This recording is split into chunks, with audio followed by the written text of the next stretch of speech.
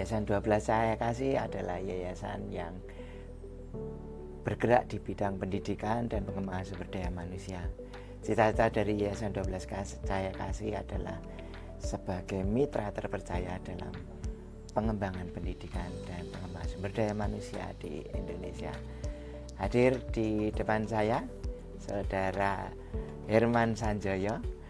Selamat siang Mas Herman. Selamat siang Pak. Ini kalau di medsos saya nemunya kata-kata Nduge Herman. Apakah orang yang sama ini? Iya benar Pak. Jadi saya terlanjur membranding ya Pak. Terlanjur membranding nama saya menjadi Nduge Herman itu karena nama kecil aja sih Pak. Tapi sudah terbawa sampai sekarang Pak. Sekarang jadi nama bisnis gitu. Iya Pak. Mas Herman ini sebagai bendahara eksekutif dari Yayasan 12 Cahaya Kasih. Sekretaris eksekutif, mohon maaf. Sekretaris eksekutif dari Yayasan 12 Cahaya Kasih. Betul Pak. Ya.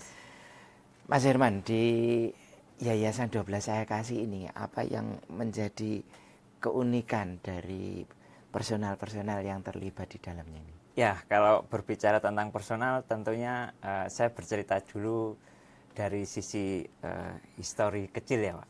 Jadi di Yayasan 12 itu kenapa disebut Yayasan 12? Paling gampang itu adalah bahwa Yayasan 12 itu dibentuk dari 12 orang.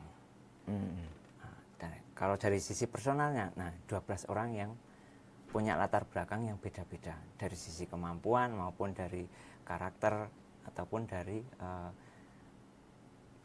bagaimana dia bergeraknya di mana gitu. Jadi komplit, paket komplit ya Pak. Kalau selama ini sering dikenal Yayasan 12 saja atau Yayasan 12 Cahaya Kasih gitu? Lebih dikenal Yayasan 12 sih Pak. Yayasan 12. Bahkan kami di website kami bisa dicek itu sebagai 12.org. Ya, 12.org. Ya. Jadi Yayasan 12 ini memang kemudian memancarkan aura masing-masing sehingga cahaya kasih itu menjadi pilihan.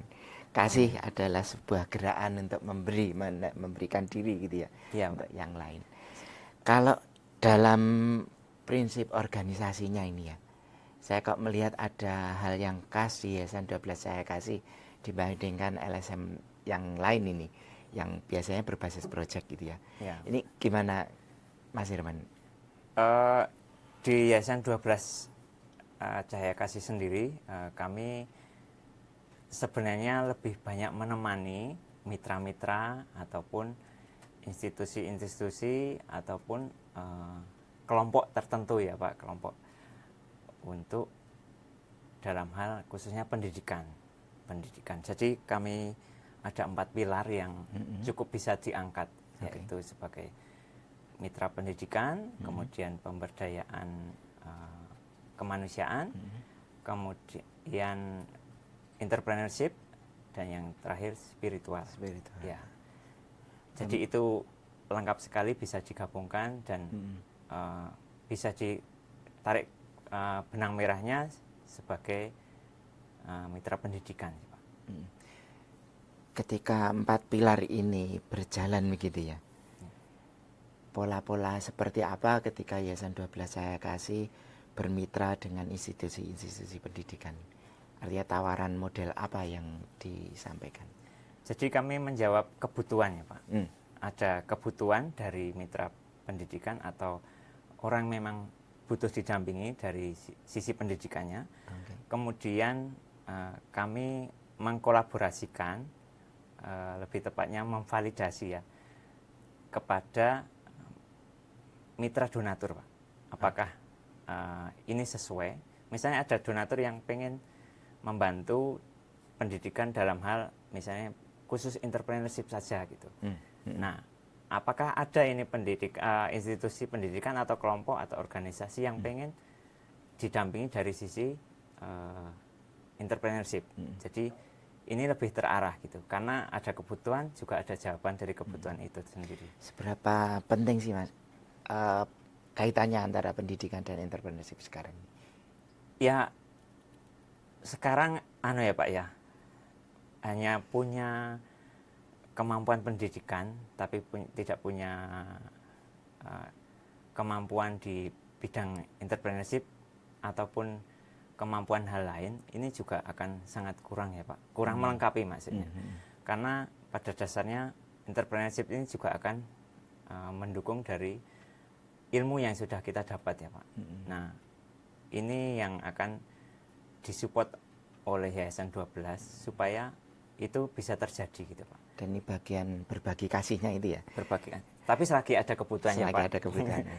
Bagaimana dengan ini sekolah-sekolah dasar, TK bahkan kaitannya dengan entrepreneurship? Nah, berkaitan dengan itu, kami sudah pernah melakukan itu. Seperti apa, bisa cerita sedikit? Ya, jadi waktu itu kami bekerja sama atau membantu sebuah SMA swasta di Yogyakarta. Itu karena ada kebutuhan tentang bagaimana mereka mempersiapkan untuk masa depan. Jadi kecenderungannya mereka fokus di mana, kemudian mau arah kemana untuk masing-masing dari siswa ini, itu yang harus disiapkan dari sekarang. Jadi misalnya ada yang punya latar belakang dari orang tuanya punya kemampuan lebih dalam hal finansial, bisa memberikan fasilitas yang lengkap, tapi si anak sebenarnya tidak pengen sekolah tinggi-tinggi misalnya, ataupun dia hanya pengen aku itu pengen bisnis, tapi tidak harus tidak punya kebutuhan untuk sekolah terlalu tinggi gitu. Nah, ini divalidasikan di situ. Nah, Yayasan 12 itu yang akan salah satunya membantu menggiring dan memberikan data yang sudah diobservasikan dengan siswa itu kepada sekolah maupun orang tua. Oh, ternyata sebutnya si A ini sebenarnya lebih cocok di bidang arsitek karena dia memang cerita sama proyek yang dikerjakan lebih hal ke arsitek, ataupun psikologisnya lebih ke arsitek gitu.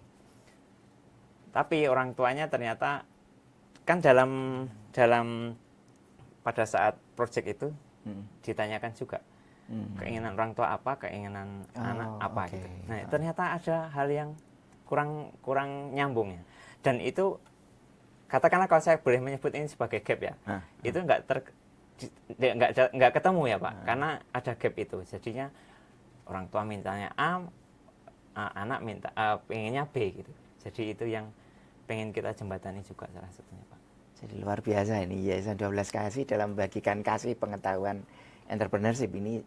Ternyata assessment itu tidak hanya dilakukan di sekolah, tapi juga antara siswa dan orang tua gitu ya. Iya, Pak. Sehingga pola-pola pengembangan ke depan seorang anak, pendampingan parenting itu juga menjadi bagian dari program yang akan dijalankan itu ya. Betul sekali Pak. Kami juga pernah juga ya Pak di suatu SD gitu. Itu juga ada kebutuhan. Jadi tidak hanya SMA ataupun SMP gitu.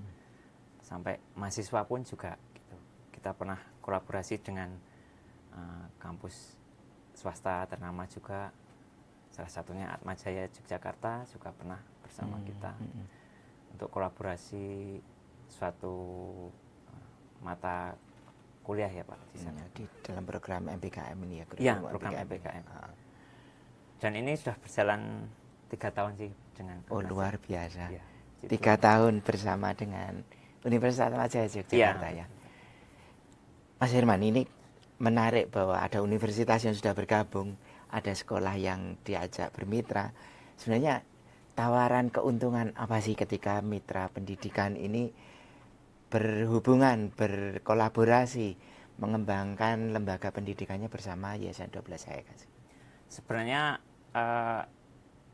suatu hal yang menarik adalah tidak akan ada terputusnya Pak.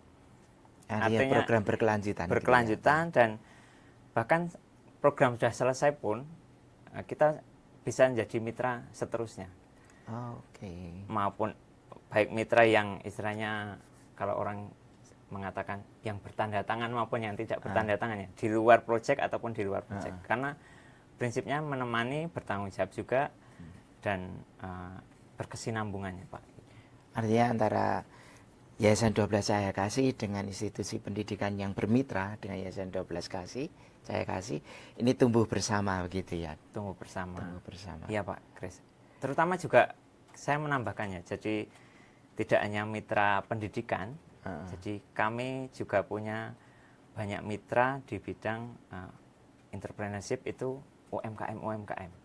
Oh, okay. Mulai dari bakpia, industri bakpia, kemudian pengolahan kopi, maupun yayasan pendidikan juga ada, kemudian peternakan. Waktu itu kita pernah kolaborasi juga untuk suatu UMKM perikanan yang sudah berbasis yang menggunakan teknologi IT, Pak.